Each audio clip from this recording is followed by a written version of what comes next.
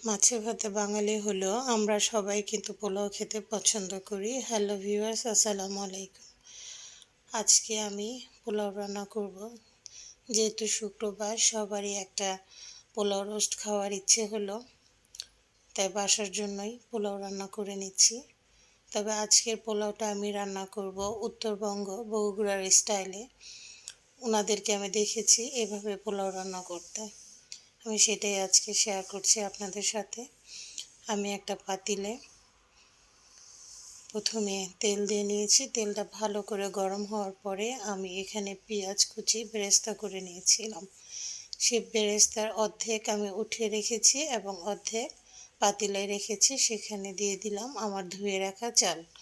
পোলার চালটা অবশ্যই আপনারা আধা ঘন্টা ধুয়ে পানিতে রেখে দিবেন এবং তারপরে একটা চানলিতে পানি ছড়তে দিয়ে তারপরে এটাকে রান্না করতে হবে। সেক্ষেত্রে দেখা যাবে পোলাওটা খুব ঝরঝরে হবে। এখন এই পোলাওর মধ্যে আমি দিয়ে দিলাম লবণ, আদা বাটা এবং পেঁয়াজ বাটা। পোলাওতে ভুলেও রসুন দিতে যাবেন না, তাহলে পোলাওর ঘ্রাণটা কিন্তু নষ্ট হয়ে যাবে। আর পোলাওটা খুব বেশিক্ষণ ভেজে নিতে হবে। আমরা কিন্তু পোলাও অনেকভাবে রান্না করি। একটা পোলাও আছে যেটা খুব বেশি ভাজার প্রয়োজন হয় না, চালটা সাদা থাকে, পোলাওটাও তখন সাদা হয়।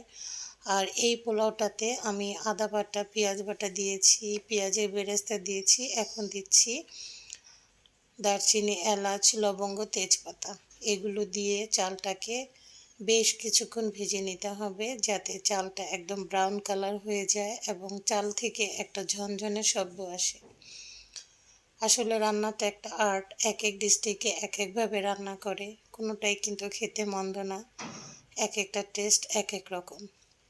এখন আমি পোলাওর জন্য ফুটন্ত গরম পানি দিয়ে দিলাম। আমরা সবাই জানি চালের দ্বিগুণ পানি দিতে হয়, তবে যারা নতুন রাঁধুনি আছেন তারা যদি 4 পট চাল হয় সেক্ষেত্রে 8 পট পানি না দিয়ে আধা পট পানি কম দিবেন। সেক্ষেত্রে আর কোনো টেনশন থাকবে না, একদম পোলাওটা ঝরঝরে হবে। এখন আমি পোলাওটা কিছুক্ষণ ঢেকে রেখেছিলাম। এখন আমার পানিটা বলক চলে আসছে। আসলে পোলাও রান্নাটা কোনো ঘটনাই না। আগের দিনে যখন মুরব্বীরা পোলাও রান্না করতেন খুব টেনশন করতেন, সেই ক্ষেত্রে দেখা যেত পানের রস দিতেন, সুপারি দিতেন, অনেক টেকনিক অবলম্বন করে পোলাও রান্না করতেন।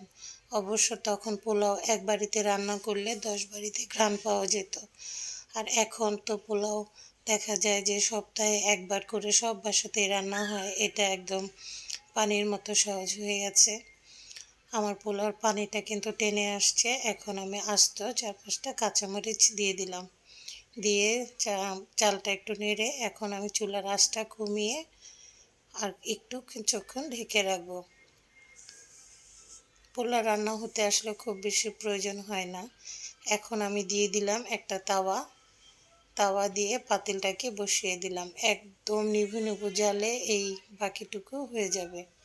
এখন আমি 15 মিনিট এই পোলাও ঢাকনাটা আর উঠাবো না, আমার পানিটা একদম টেনে আসছে। এখন আমি চালটা আলতো করে নেড়ে উপরে চালটা নিচে, নিচে চালটা উপরে দিয়ে দিব, তাহলে সব চালগুলি সুন্দরভাবে ফুটে যাবে।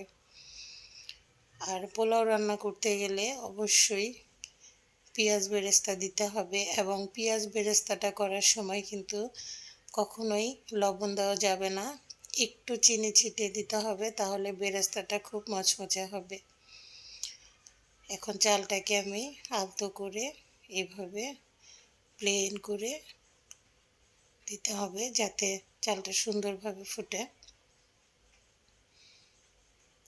খুব সহজ পদ্ধতিতে আমি আজকে পোলাওটা আপনাদেরকে দেখালাম। আমি জানি আমার থেকে ভালো আপনারা রান্না করেন, তারপরও আমি যেভাবে রান্না করি সেটা আপনাদের সাথে একটু শেয়ার করলাম। এই যে বাইরে আর কিছুই নয়, আমার পোলাওটা কিন্তু হয়ে গেছে।